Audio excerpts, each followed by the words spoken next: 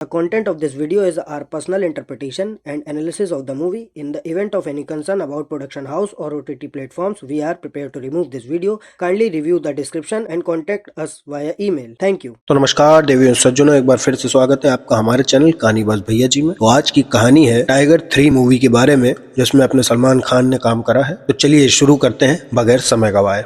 Movie की शुरुआत 1999 से होती है, जहां जोया का बचपन दिखाते हैं। जोया अपने पिता के साथ फाइटिंग प्रैक्टिस कर रही होती है। यहाँ पता चलता है कि जोया के पापा का नाम रेहान नजर है और ये लंदन में रहते हैं। नजर एक ISI एजेंट होते हैं जो कि जोया को भी अपनी तरीके बनाना चाहते हैं ताकि वो अपने देश के काम आए। अब एक दिन जोया के पापा नजर अपनी कार में कहीं जाने वाले होते हैं, तभी उनकी कार ब्लास्ट हो जाती है और ये सब जोया की आंखों के सामने होता है, जिसे देखकर जोया शॉक्ड हो जाती है। अब नजर साहब के जाने के बाद जोया से मिलने आतिश रहमान आता है और कहता है तुम्हारे पिता मेरे गुरु थे, इसलिए वो जोया को आगे की ट्रेनिंग देता है और उसका मेंटोर बन जाता है। इसके बाद जोया ISI में शामिल हुई, जिसके बाद कहानी प्रेजेंट में आती है, जहाँ रॉ की चीफ मैथिली मेनन टाइगर से बात कर रही होती हैं कि हमारा एक साथी गोपी 2 साल से तालिबान पर नजर रख रहा था, पर कई दिनों से उसकी कोई खबर नहीं आई, इसलिए हो सकता है कि वो पकड़ा गया हो या खतरे में हो। उसकी जान बचाना हमारा फर्ज है। अब इस मिशन का नाम टाइम पास रखा जाता है और टाइगर इस मिशन के लिए तैयार हो जाता है। इसके बाद टाइगर को गोपी की लोकेशन मिलती है और वो तुरंत ही उसके पास पहुंच जाता है, जहाँ पे वो लोग गोपी को बहुत ही बुरी तरह से मार रहे थे। अब जैसे ही वो लोग गोपी को जान से मारने वाले होते हैं, उससे पहले टाइगर वहाँ पहुंच जाता है और गोपी को बचा लेता है और वहाँ से ले जाता है। पहले तो टाइगर गोपी को रॉ के चॉपर में बिठाता है और फिर उन सबका ध्यान अपनी तरफ खींचने लगता है, क्योंकि ये लोग उनका पीछा इतनी आसानी से नहीं छोड़ने वाले थे। इसके बाद टाइगर भी चॉपर में जाने के लिए बाइक से भागता है,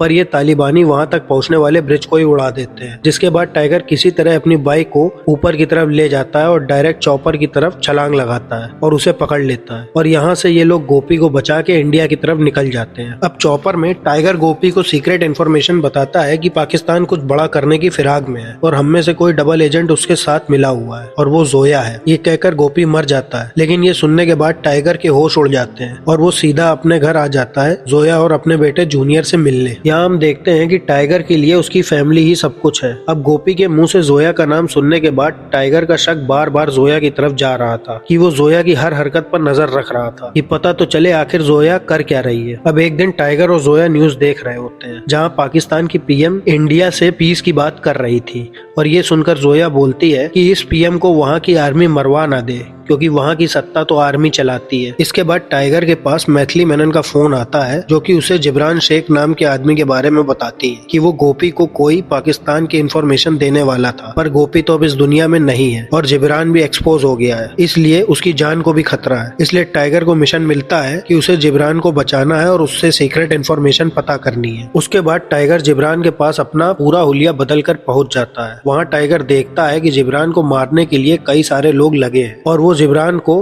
हर किसी से बचाने लगता है। उसी समय वहाँ पर एक बाइक से बंदा आता है और गोलियां चलाने लगता है, पर टाइगर कहाँ चुप बैठने वाला था, वो उस आदमी की बाइक पलटा देता है और तभी हेलमेट हट जाता है और हम देखते हैं कि वो तो जोया है और उसे देखकर टाइगर भी हैरान था कि ये यहाँ कैसे आ गई। पर जोया टाइगर को पहचान नहीं पाती, क्योंकि टाइगर ने तो अपना पूरा हुलिया बदला हुआ था। अब टाइगर पहले जिब्रान को सेव करता है और फिर जोया के पीछे जाता है, जहाँ इन दोनों की लड़ाई होती है और टाइगर जोया को पकड़ लेता है और उससे कहता है हाँ, मरता हुआ आदमी सच ही कहता है। ये कहने के बाद टाइगर अपना फेस दिखाता है, तभी पीछे से टाइगर को कोई मार कर बेहोश कर देता है। अब जब टाइगर की आंखें खुलती हैं तो वो अपने आप को बंधा हुआ पाता है और उसके सामने स्क्रीन पर आतिश रहमान आता है। टाइगर उसे देखकर कहता है तू अभी तक जिंदा है, यानी ये दोनों एक दूसरे को पहले से जानते हैं। वहाँ हम देखते हैं कि उसके कब्जे में जोया और जूनियर बैठे हैं, जिन्हें देखकर टाइगर आतिश पर भड़कने लगता है। तब आतिश उससे 12 साल पहले की कहानी सुनाने लगता है और हम फ्लैशबैक में देखते हैं कि उस टाइम पर इंडिया और पाकिस्तान एक पीस सबमिट करने वाला था ताकि दोनों देशों के बीच शांति बनी रहे, लेकिन आतिश पीस के लिए बिल्कुल भी खुश नहीं था, क्योंकि उसका मानना था इंडिया से हाथ मिलाना यानी उसके सामने घुटने टेकना, और वो जोया से कहकर इंडिया के आर्मी जनरल को मरवाना चाहता था ताकि पीस सबमिट ना हो पाए। पर ये सुनकर जोया कहती है मैं तुम्हारी एजेंट नहीं बल्कि पाकिस्तान की एजेंट हूँ, इसलिए मैं ऐसा कुछ नहीं करने वाली जिससे पाकिस्तान पर कोई भी आंच आए। ये सुनते ही आतिश जोया को अपने आदमियों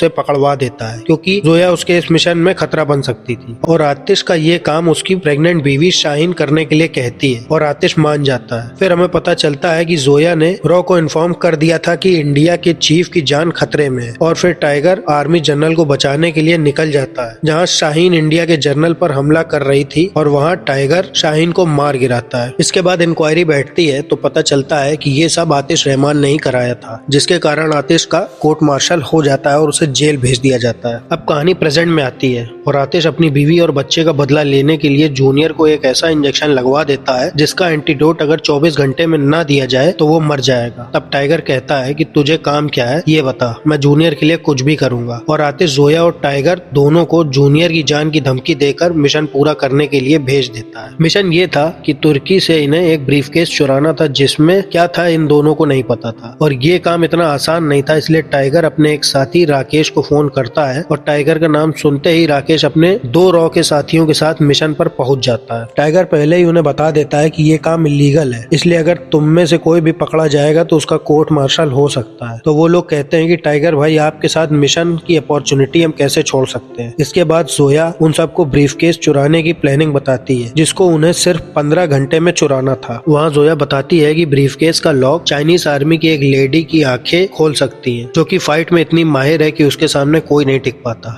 इसलिए वो प्लान बनाते हैं कि टाइगर ब्रीफकेस के वॉल्ट तक जाएगा और जोया एक स्कैनर से चाइनीज लड़की की आंखें स्कैन करके भेज देगी जिससे ब्रीफकेस उनके पास होगा। अब एक तरफ जोया किसी तरह बचते बचते उस लड़की तक पहुंच जाती है जो वहाँ पर मसाज ले रही है और दूसरी तरफ टाइगर छत से वॉल्ट के अंदर चला जाता है। अब वहाँ पर जोया किसी तरह उस लड़की की आंखें स्कैन करने लगती है, लेकिन दोनों के बीच भयंकर लड़ाई शुरू हो जाती है जहाँ पहले तो वो लड़की जोया पर खूब भारी पड़ रही थी पर अंत में जोया उसे मार गिराती है और इधर टाइगर भी सिक्योरिटी को मारकर वॉल्ट के पास आंख के स्कैनर का इंतजार कर रहा था। अब जैसे ही जोया स्कैनर भेजती है टाइगर उसे अनलॉक करके ब्रीफकेस निकाल लेता है। फिर जैसे ही वहाँ पर सायरन बजता है आर्मी वाले आ जाते हैं तो टाइगर वहाँ पर धमाका करके वहाँ से भाग निकलता है। इसके बाद टाइगर को लगता है कि ये मिशन तो पूरा हुआ, पर किसी ने वहाँ की पुलिस को पहले ही इन्फॉर्म कर दिया था और सारे पुलिस वाले अब टाइगर के पीछे लग जाते हैं। अब टाइगर एक जगह पर अपने साथी करण को ब्रीफकेस देकर उतार देता है कि इसे जोया तक लेकर जाओ और जाकर उन पुलिस वालों को भटकाने लगता है, लेकिन फिर भी उसे पुलिस वाले चारों तरफ से घेर लेते हैं और टाइगर भी चुपचाप सरेंडर कर देता है। उधर जोया ब्रीफकेस लेने के बाद सीधा आतिश के पास जाती है और पूछती है इसमें ऐसा क्या था जो इतना बवाल हुआ। वहाँ पता चलता है कि चाइना ने पाकिस्तान को कुछ मिसाइल्स दी थी जिसका कोड इसी ब्रीफकेस में है और आतिश का प्लान था कि पाकिस्तान इस चीज के लिए हिंदुस्तान को गुनहगार मानेगा और फिर दोनों देशों के बीच मामला गर्म हो जाएगा। ये सुनकर जोया के होश उड़ जाते हैं कि उन्होंने ये क्या कर दिया। हालांकि जोया का जूनियर अब सेफ था, जिसके बाद टाइगर को पाकिस्तान के हवाले कर दिया जाता है। यहाँ तक कि इंडिया की सरकार भी ये कह देती है कि आप लोग को टाइगर के साथ जो चाहे वो कर सकते हैं। अब पाकिस्तान में आने के बाद टाइगर को वो लोग खूब टॉर्चर करते हैं और वहाँ टाइगर किसी तरह एक डिवाइस अपने हाथ में छुपा लेता है। इधर इंडिया में मैथिली मेनन राकेश और उस साथियों से पूछताछ कर रही थी कि टाइगर तो पकड़ा गया, अब तुम भी जेल जा सकते हो, इसीलिए मैथिली उनसे वो कोड वापस लेने के लिए कहती है। इसके बाद यहाँ जेल में टाइगर से मिलने आतिश आता है जो बताता है कि पुलिस को मैंने ही बताया था ताकि तू पकड़ा जाए, बाकी वो कोड मेरे पास पहुंच चुके हैं और तेरी जोया और जूनियर सेफ है।